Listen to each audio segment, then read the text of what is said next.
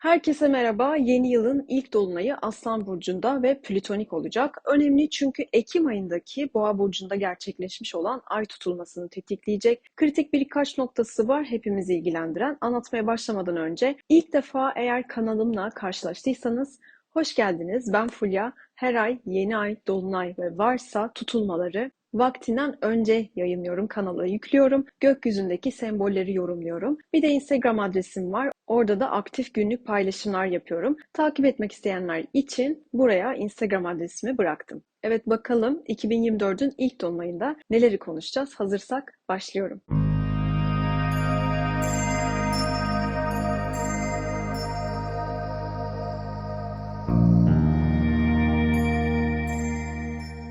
25 Ocak'ta saat 20.53'te Aslan Burcu'nun 5 derecesinde bir dolunay gerçekleşecek. Şimdi olumlu olumsuz ben size etkilerini anlatacağım. Dolunay zamanı Ay ve Güneş karşı karşıya gelir. Hayatımızda bir konuyu daha fazla görünür hale getirir. Oraya ışık tutar gibi düşünün. Bir nevi sonuçlanma, hasat dönemidir. Hatta 2023 yılını özellikle böyle sonbahar dönemlerinizi hatırlarsanız o gündemlerinizi kapatan cinsten bir dolunay olacak. Ateş elementinde bir dolunay tabii ki enerjimizi yükseltecek. Daha fazla kendimizi göstermek isteyeceğiz. Yeteneklerimizi ortaya koyacağız. Biraz ben merkezci, biraz böyle egolar konuşabilir. Tabii hiçbir açısı, zorluğuna bakmaksızın neşeli, keyifli böyle o çocuksu tarafımızı parlatacak yönleri olan bir dolunay. Şimdi bu dolunayla alakalı anlatmak istediğim tabii ki çok fazla konu var. Ancak size belirtmek istediğim en önemli konu 28 Ekim'deki Boğa burcunda gerçekleşmiş olan ay tutulmasını tetikliyor olması. Şimdi tetiklenmekten kastım şu. Oradaki tutulma bize neler anlattıysa onlarla alakalı gündemlerimizin daha görünür olacağı, açığa çıkacağı, tamamlanacağı, gerçekleşmesi, oradaki ihtimallerin olma olasılığını bize anlatıyor. Hem Türkiye hem bireysel hem dünyada daha detaylı böyle bilgi almak zaten isterseniz ben aşağı açıklamalar kısmına linkini bırakacağım. Oradan da gidip o tutulma videosunu bir yeniden dinleyin. Sonra bu dolunay videosuyla böyle harmanlayabilirsiniz. En azından hani ana gündemlerinizi siz de öğrenmiş olursunuz. Şimdi madem bu dolunay bir tetikleyici dolunay dedik, o zaman karşımıza ne gibi olasılıklar çıkartacak? O tutulma Boğa burcundaydı. Yani ekonomiyi, parayı, finansal konuları, toprak, alım, satım, maaşlar, gelirler, hayat pahalılığı vesaire gündemde. Bir kere böyle ev alım satımlarla alakalı faizler, geri ödemeler, bankalarda belki bir düzenleme, yeni bir sisteme geçilmesi, bankaların yeni bir belki sisteme geçişini, vergilerin, zamların, bu dediğim gibi hayat pahalılığının gittikçe artması, bu dolunayla daha da abartılı fiyatlar ülkenin başındakilerin, önemli yerdeki kişilerin belki baskısını ve onlara olan isyanı görmemize daha çok sebep olabilir. Aslan altınla bağlantılıdır. Altının bir anda böyle inmesi, çıkması gibi durumlar tabii ki olabilir ama genelde dolunayda artıyor. Yatırım tavsiyesi tabii ki değildir. Lüks tüketim artabilir. Lüks harcamalar bu dönemde çok fazla artabilir. Güneş de dolunay yöneticisi olarak spekülatif yatırımları, borsayı anlatan bir yerde. Burada bir çöküşü, bir krizi, farklı bir konunun büyümesini de anlatabilir. Tüm dünyada bu ekonomik açıdan aslında riskli bir dolunay. Dolunayın Türkiye haritasının da maddi varlıklar, kazançlar, işte vergi, bankalar, dış borçlar, iflaslar, finansal krizler kısmında yer alıyor. Tutulmayı da tetiklediği için ekonomik depremi bu dolunayla daha sert görebiliriz. Şimdi dolunay daha fazla açığa çıkartabilir bazı şeyleri demektir bu. Deprem demişken bir diğer olasılık da tabii ki doğal afetler. Zaten biz deprem ülkesiyiz. Ancak bu sene bazı tarihler var ki çok daha fazla öne çıkıyorlar. Bunlardan bir tanesi de bu 25 Ocak'taki Aslan Dolunayı ve biliyorsunuz dolunayların etkisi bir hafta önce başlar. Bir hafta sonra da hala o etkileri alırız. Bu plütonik bir dolunay. Plüto da sembol olarak yıkım demektir. Çürüyen sistemleri, konuları, kişileri, durumları yıkıp yerine yeninin inşa edilmesini sağlar. Belki geçtiğimiz depremle alakalı bir gündemi yeniden önümüze koyabilir. Dediğim gibi bu dolunay bir tamamlanma, bir kapanışı temsil ediyor. Şimdi 25 Ocak ve civarı günlerde bir deprem veya herhangi bir doğal afetin olma potansiyelini zaten gösteriyor demektir. Böyle bir şey olma olasılığı eğer varsa da umarım böyle orta ölçekte bir enerji atılır ve geçer. Daha bir büyük felaketi daha kaldıracak gerçekten psikolojide değiliz ki bu enerji Şubat ayında da devam ediyor maalesef. Bizler henüz o 2023'ün bile yaralarını tam anlamıyla maalesef saramadık. Ancak bu yıl böyle ara ara doğal afetler riski taşıyan göstergeler gökyüzünde mevcut. Sadece tabii ki deprem değil, geçtiğimiz o tutulma, bitişlerin, başlangıçların sağlam olduğunu gösteriyordu. Bu dolunayda oldukça sert. Tabii ki bazı sonlanmaları, tamamlanmaları hayatınıza bir şekilde taşıyacaktır. Bir de şu olabilir, nihayet bu istediğim konu 2023'ten beri bir türlü sonuçlanmamıştı. Benim için artık netleşti diyebileceğiniz bir dolunay. Aslan burcu haritanızda nerede yer alıyorsa oradan bu etkiyi almanız tabii ki olasılıklar içerisinde. Gerçekten böyle sahnede olmak gibi düşünün Aslan burcunu ve bu Aslan dolunayını. Neyi öne çıkartmak isterseniz haritanızda dediğim gibi Aslan neredeyse o konularda daha fazla öne çıkabilir, övgü alabilirsiniz. Zaten beğenilme arzumuzun çok yoğun olacağı bir dönem. Ancak plütonik bir dolunay. Yani Plüto astrolojide dediğim gibi yıkım, kökten değişim, dönüşüm olarak adlandırılıyor. Böyle bir enerji baskınsa eğer en olumlu anlamda yetenekleri dönüştürebilmemizi, keyif aldığımız konuların belki tamamen değişmesini, hayatımızı da ona göre düzenlememizi sağlayabilir. Buna bir fırsat sunabilir aslında. Dolunaylar doğası gereği tabii ki içimizdekileri biraz daha fazla dışarı yansıtır. Bazen de bu gerilimli geçebilir. Bizi biraz uykusuz bırakabilir. Plüto etkisi yoğun olunca da tabii ki o duygular çok uçlarda seyredebilir. Belki önceden keyif aldığınız şeylerden şu zamanlarda keyif almayacaksınız. Artık hoşlanmadığınızı ve bunu yıkıp başka hobilere, belki başka arkadaş gruplarına, belki başka aşklara, aktivitelere yelken açabiliriz. Aslan demek aşk demek. O sıcak sevgiyi temsil eder. Fakat burada aşk ilişkilerinde başkalaşımı da gösterebilir. Bazı krizler sonucu bir değişimi anlatabilir. Tabii ki krizleri kimler atlatacak, kimler kangren olmuş ilişkileri bitirebilecek. Bu süreçte hep beraber göreceğiz. İkili ilişkilerde çok fazla ben diyebiliriz. Benim istediğim, benim kararlarım önemli.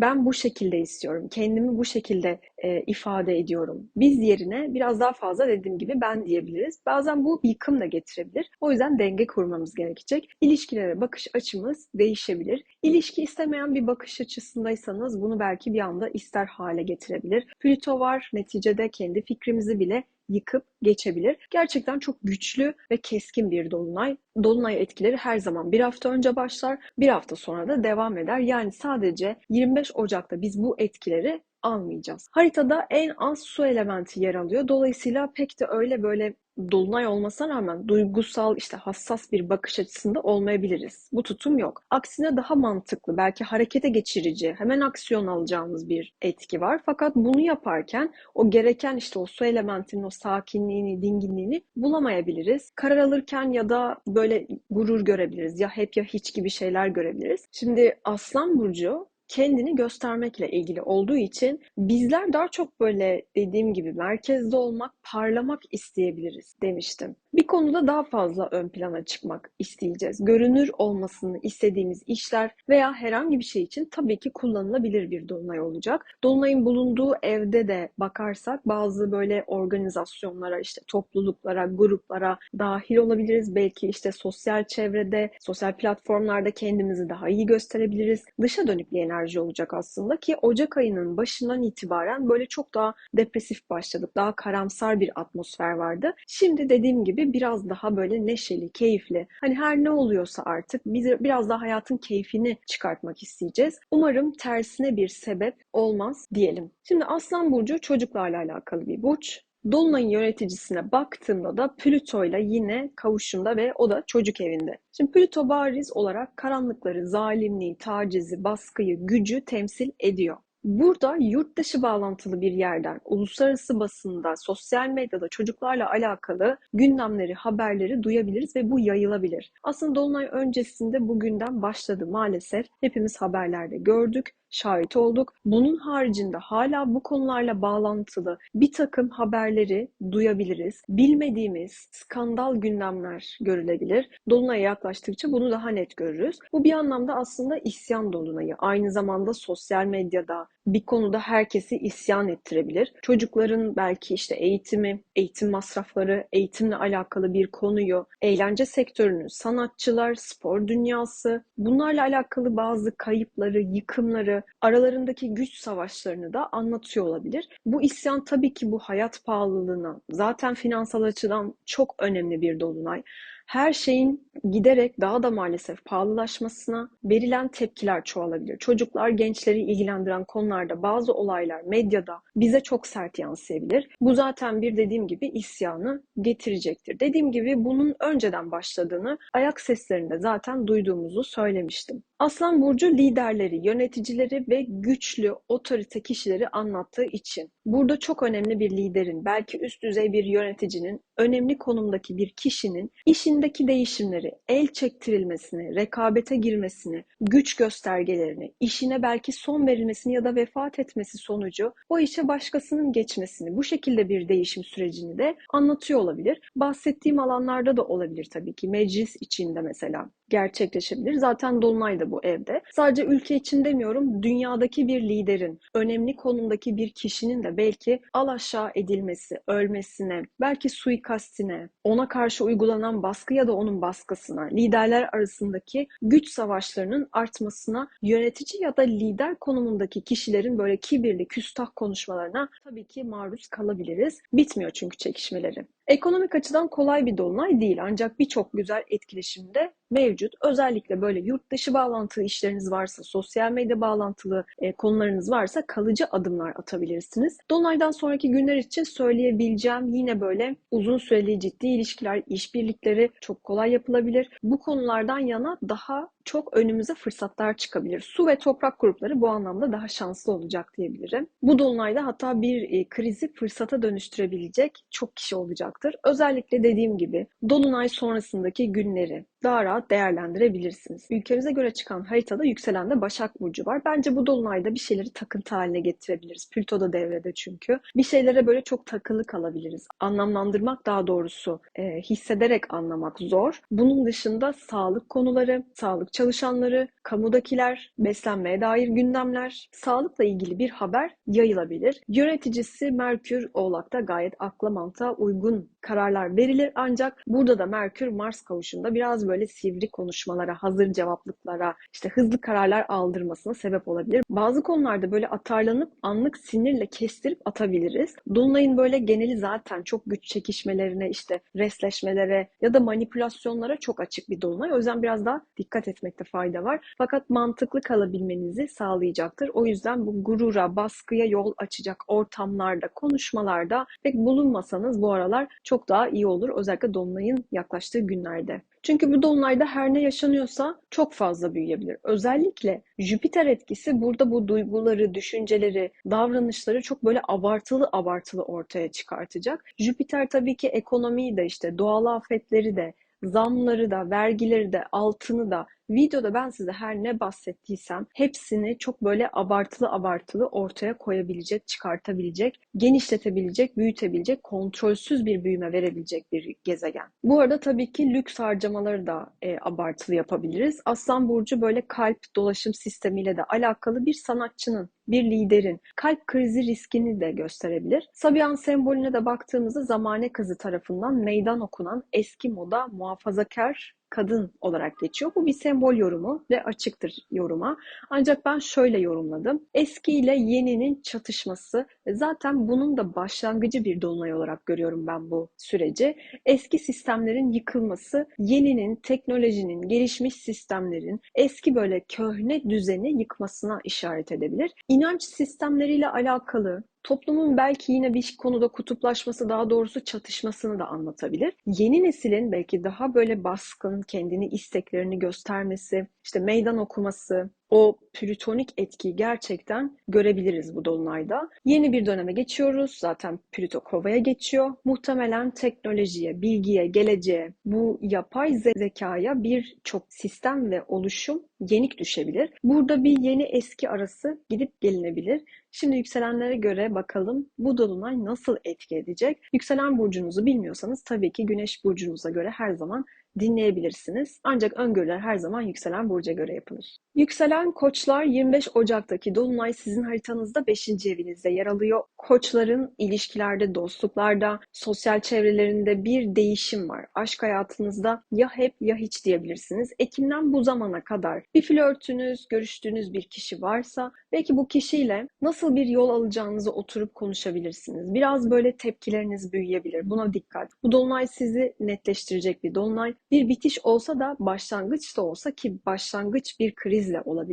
Sizi daha fazla yaralamayabilir. İşle alakalı da güzel bir fırsat ayağınıza bu süreçte gelebilir. Bu dönem böyle yeteneklerinizi geliştirebilirsiniz. Biraz böyle sahnede olmak, görünür olmak da isteyebilirsiniz. Artık size böyle faydası olmayan, keyif almadığınız arkadaşlıkları da sonlandırmak tabii ki isteyebilirsiniz. Çıkacağınız bir böyle tatil, başladığınız bir hobi, belki çevrenizin değişmesine vesile olabilir. Bu dönem yeteneklerinizin üzerine tabii ki gidin derim. Sizi bir anlamda destekliyor bu dolunay. Değişimleri rahatlıkla geçirebilirsiniz. Çocuk sahibi olmak isteyen koçlar ya da çocuğu olan koçların da gündemlerinde böyle çocuklarıyla alakalı bazı kararlar alınabilir. Giriş kısmında dinlemeyi unutmayın lütfen. Orası tüm burçları ilgilendiriyor. Ve böyle 2 saniyenizi ayırıp kanala abone olursanız çok sevinirim. Başka bir videoda görüşmek üzere. Yükselen boğalar 25 Ocak'taki dolunay sizin haritanızda 4. evinizde meydana geliyor. Şimdi boğaların kariyerinde, aile evinde önemli değişimler var. Boğalar için çok önemli bir dolunay. Bazılarına taşınma, ev,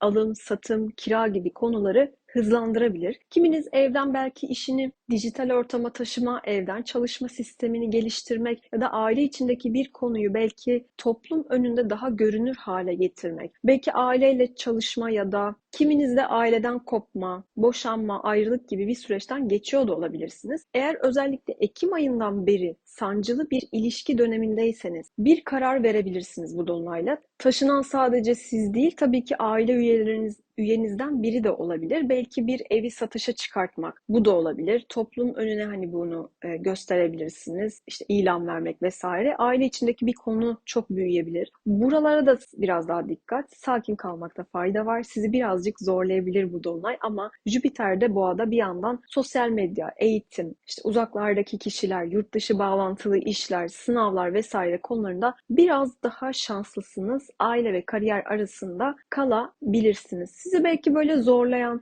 bu konular olabilir. Ev içinde harcamalarınız çok abartılı olabilir. Giriş kısmını lütfen dinlemeyi unutmayın. Çünkü orası tüm burçları ilgilendiriyor. Ve 2 saniyenizi ayırıp abone olursanız çok mutlu olurum. Başka bir videoda görüşmek üzere. Yükselen ikizler 25 Ocak'taki dolunay sizin haritanızda 3. evinizde meydana gelecek. En yakın çevrenizdeki kişilerin kim bunlar? İşte kardeşiniz, kuzeniniz, yakın komşum diyebileceğiniz, belki size yakın oturan ya da sizin yakınınıza aldığınız kişilerinizin, tanıdıklarınızın hayatındaki böyle köklü değişimleri, kararları, haberleri duyabilirsiniz. Bu aralar bir yolculuğa çıkabilirsiniz. Bu yolculuk sizin hayata bakış açınızı, inançlarınızı değiştirebilir. Bu yurt dışı, uzaklar bağlantılı bir seyahat de olabilir. Eğitim alıyorsanız da bir eğitimin sonuna gelmiş olabilirsiniz ya da bir eğitim hazırlayabilirsiniz. Ve sosyal medyada bu konularla alakalı bazı mesela duyurular, ilanlar da tabii ki verebilirsiniz. Sosyal medya aracılığı online eğitimlere katılabilirsiniz. Sizi olumlu etkiliyor.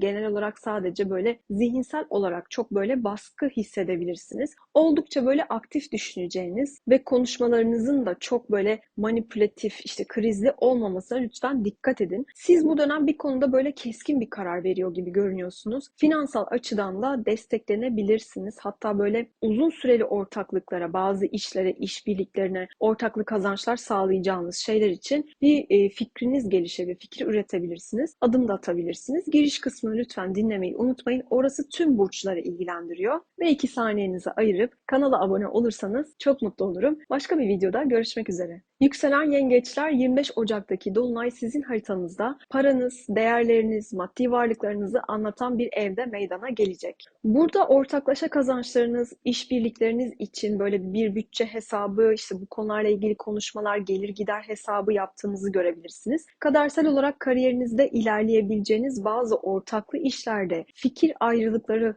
ortaya çıkabilir. Maddi konularda belki bir resleşme, işte gücünü gösterme, banka ya da finansal işlerinizle bu ara daha böyle ağır basabilir. Varsa böyle miras, nafakayla ilgili bunların da varlıklarınızı dönüştürmesi söz konusu olabilir. Finansal krizleri fırsata çevirebilirsiniz. Ancak sosyal çevrenize ya da sosyalleşebileceğiniz bir ortamda çok fazla harcama yaptığınızı görebilirsiniz. Bu sosyal çevreden beklentiniz maddi anlamda da yüksek olabilir demektir. Bazılarınız da maddi açıdan bazı fırsatlar tabii ki yakalayabilir. İlişkilerden yana şanslı olabilirsiniz. Özellikle dolunay sonrasındaki günlerde kalıcı ilişkiler uzaklardan biriyle tabii ki kurulabilir.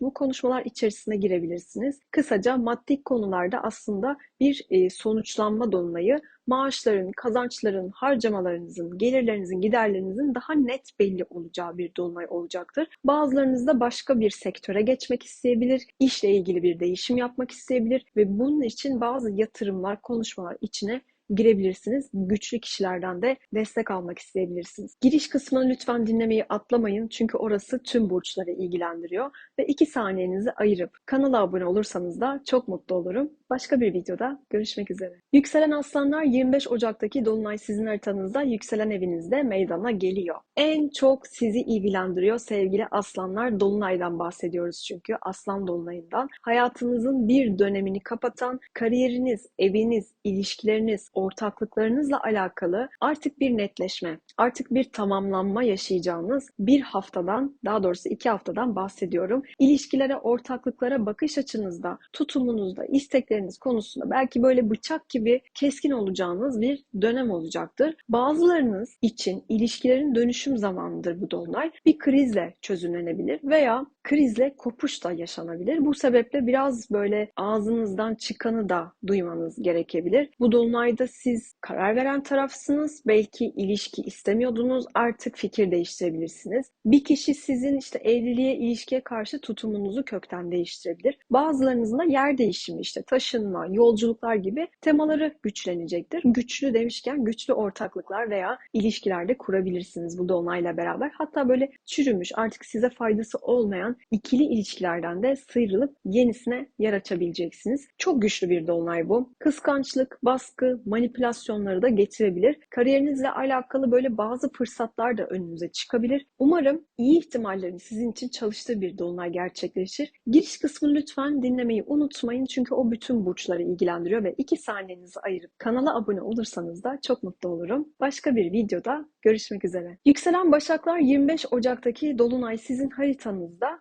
12. evinizde meydana geliyor. İşle bağlantılı bazı konularda netleşmeler var gibi görünüyor ancak burada bazı kişilerle güç savaşları, eğer arkanızdan dönen herhangi bir şey varsa hissedebilirsiniz, öğrenebilirsiniz. İşle alakalı artık bir sonuca varmanız, 2023'ten beri bir türlü bulamadığınız o yönü bu dolunayla birlikte bulabilirsiniz. Kararlarınızı verebilirsiniz, güçlü kişilerle bir araya gelebilirsiniz, bu konuşmalar içine girebilirsiniz, destek alabilirsiniz. Köklü değişimleri artık işinizde yaşamaya başlayacağınız bir seneye girişinizin dolunayı aslında bu. Rüyalarınızdaki böyle hareketlilik, hatta belki uykusuzluk, uyku düzensizliği çok normal. Bazı işle veya farklı günlük bazı konuları kafaya takabilirsiniz. Korkularınız da bu ortaya çıkartabilir. İşinizle alakalı böyle çok yaratıcı olacağınız bir süreçtesiniz. Kendinizi işinizde veya genel yaratıcılığınızla alakalı ortaya koyabileceğiniz aslında güzel bir süreç olacaktır. Bir de sizler ilişkiler, aşk konularında çok destek görüyorsunuz bu ara. Yurt dışı keyifler, işte eş, partnerle belki işte ilişkilere daha olgun bakabilir, sağlamlaştırabilirsiniz de. Bu dönem uzaklara, deniz aşırı yerlere seyahat de tabii ki yapabilirsiniz. Giriş kısmında lütfen dinlemeyi unutmayın çünkü o bütün burçları ilgilendiriyor. Ve 2 saniyenizi ayırıp kanala abone olursanız da çok mutlu olurum. Başka bir videoda görüşmek üzere. Yükselen teraziler 25 Ocak'taki dolunay sizin haritanızda 11. evinizde gerçekleşiyor. Şimdi bu dolunayla birlikte böyle aşk, işte flört konularında böyle çok keskin kararlar alabilirsiniz. Belirsizlikler aslında bir netliğe kavuşuyor. Şimdi ilişkilerin dönüşmesiyle alakalı bazı krizler de çıkabilir. Bir dostunuzla olan ilişkinizde belki işte onun sonlanması, uzak düşmeniz ya da tamamen bağları kopartmanız da söz konusu olabilir.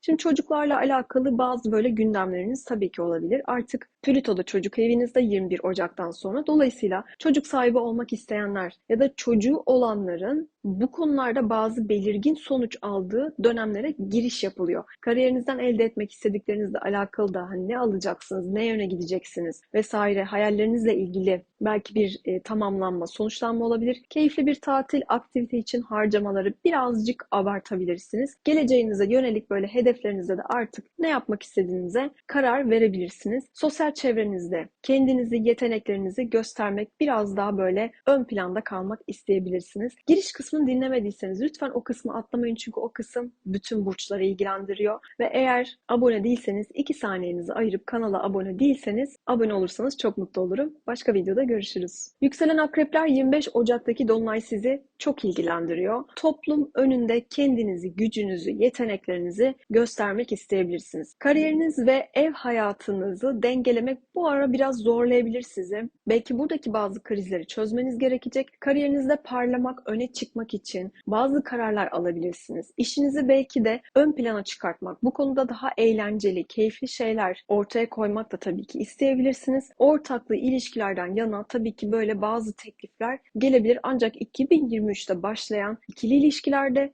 kariyerinizde evle alakalı konularda bir tamamlanma, sonuçlanma da yaşanabilir. Nasıl bir süreçten geçiyorsanız mesela kötü giden bir ilişkiniz vardı. Artık bu dolunay içinizde bir şeyleri kopartabilir. Ortaklıkla alakalı da yeni bir oluşum sürecindesiniz diyelim. Uzun zamandır yine bu dolunayla gücünüzü dışarı çıkartabileceğinizi söyleyebilirim. En yakın çevrenizden aşk, ilişkilerle alakalı destek görebilirsiniz. Bu dolunay sizin netliklerinizi herkesin anladığı ve gördüğü bir süreç olacaktır. Keskin ve köklü değişimlerin başlangıcı bir dolunay diyebilirim. Netleşmek akreplere iyi gelir. Sonucu her ne olursa olsun. Sonuçta ya siyah ya beyazdır her şey akrepler için. Hayatınızın yönünün belli olması söz konusu olacak. Bu anlamda olumlu. Bazılarınız kariyerde bir dönemi tabii ki sonlandırmak isteyebilir. Bazılarınız ev hayatını, düzenini değiştirmek isteyebilir. Giriş kısmını lütfen dinlemeyi unutmayın. Çünkü oradaki etkiler aslında bütün burçları ilgilendiriyor. Ve 2 saniyenizi ayırıp kanala abone olursanız da çok mutlu olurum. Başka bir videoda görüşmek üzere. Yükselen yaylar 25 Ocak'taki dolunay sizin haritanızda 9. evde. Şimdi buranın birçok konusu var aslında ancak en temelde siz bir seyahate, uzaklara, yurt dışına belki çıkıyor olabilirsiniz. Bir yolcunuz bu dönemde çıkabilir. Bu yolculuk sizi mental olarak dönüştürebilir. Belki uzun süredir işlerinizle, mesleğinizle alakalı yapmak istediklerinizde çok netleşebilirsiniz. Belki işinizle bağlantılı bir eğitim almak isteyeceksiniz ya da bir eğitimi sonlandırabilirsiniz. Eğitim hazırlıyorsanız da belki onun hazırlıkları da böyle artık bir sona erebilir. Bu size çok iyi gelebilir ve kazançlarınızı arttırmanıza yol açabilecek bir eğitim olabilir. Sizi destekleyen bir dolunay olacaktır.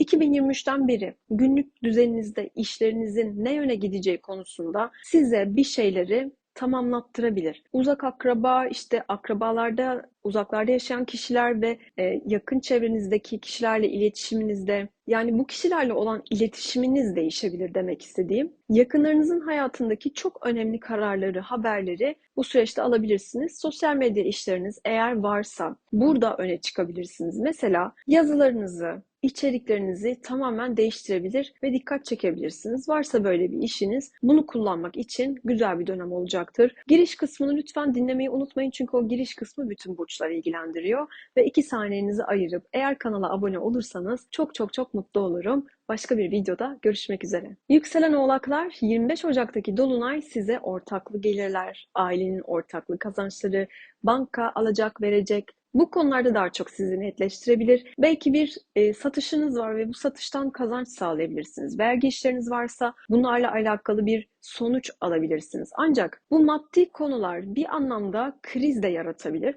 Belki o krizle gelen kazançlarınızdaki bir değişimi de anlatabilir. Finansal konulardaki bu netliği getirebilir. Bu belki bir anlamda iyi hissettirebilir size. Fakat en nihayetinde krizler evinde krizli bir dolunay olacak. Psikolojik açıdan sizi belki biraz zorlayabilir. Yapmak ve uygulamak istedikleriniz için de sizi harekete geçirebilir. Sadece iletişimde her ne kadar mantıklı olsanız da çok sinirli, hazır cevap böyle hemen karşıya böyle lafını söylemek üzere tetikte duran bir halde olabilirsiniz. İlişkiler konusunda şanslı olacağınızı düşünüyorum.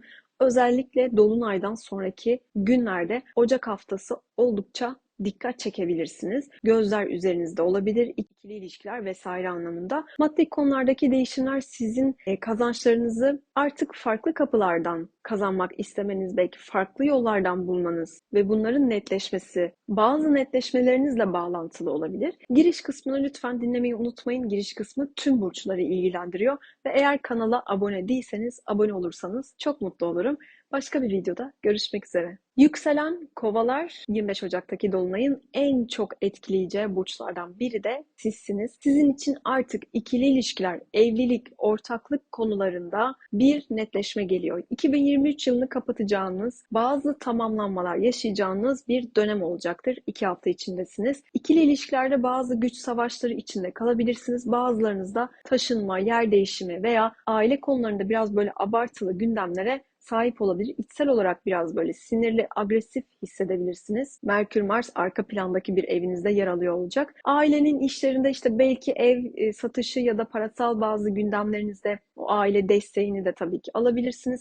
2023 yılından beri ilişkilerde, evliliklerde zaten yolunda gitmeyen gündemleriniz varsa belki zaten bitmişti ama sizin için belki bu sonlandırma olabilir ya da ciddi bir tartışmayla bu ilişkinin gidişatını olumlu yönde de değiştirebilir, çözümleyebilirsiniz. Neticede dönüşümü verir fakat anlayışlı, hoşgörülü olursanız olumlu anlamda da gelişmeler tabii ki kaydedebilirsiniz. Bu yılın sizin için önemli dolunaylarından bir tanesi gerçekten bu. Ekim tutulmasından bu yana. Ana gündemlerinizde her ne varsa ki tutulma videosunu aşağı koyacağım. Kariyer, ev, alım, satım, taşınma, aile ilişkileri, evlilik konuları bunlarla alakalı bazı sonuçlar, bazı gelişmeler sizi bekliyor olacak. Giriş kısmını dediğim gibi dinlemeyi unutmayın. Orası tüm burçları ilgilendiriyor. 2 saniyenizi ayırıp kanala abone olursanız da çok sevinirim. Başka bir videoda görüşmek üzere. Ve yükselen balıklar 25 Ocak'taki dolunay sizin haritanızda 6. evinizde meydana gelecek. Şimdi bu dolunay 2023 yılından beri süregelen özellikle eğitim, yurtdışı bağlantılı işler, sosyal medya, seyahatler, işiniz, mesleğinizle alakalı işte belirsizlikler varsa netleştiriyor. Bazılarınız işinden ayrılabilir, işini değiştirebilir. Bazılarınızda beklediği işle alakalı bir konu belli olabilir veya bir tamamlanma yaşayabilir. Bir proje vardır, bu bitebilir gibi. Ancak uzun süredir belki sizi meşgul eden bir projeydi. Üzerinde çalıştığınız bir projeydi. En nihayetinde bunu sonlandırabilirsiniz, bitirebilirsiniz. Sağlık açısından da böyle kalp dolaşım sistemi veya genel olarak sağlığa biraz dikkat etmek gerekiyor. Ev hayvanınız varsa belki onun bir hastalığı ya da veterinerle ilgili bazı işleri, kontrolleri bu süreçte olabilir. Bir korkunuz dönüşebilir. Belki kafanıza taktığınız bir konu vardı. Bunu çok büyütüyordunuz. Bunun ne olduğunu bu süreçte bulabilirsiniz. Belki bu kaygıları bazı çalışmalarla yok etmek, yıkmak iyi gelebilir. İşle bağlantılı da o böyle zihinsel süreçler, istekler, talepler abartılı olabilir. Giriş kısmını dinlemediyseniz lütfen dinleyin çünkü orası tüm burçları ilgilendiriyor. Ve kanala abone değilseniz abone olursanız çok mutlu olurum. Başka bir videoda görüşmek üzere.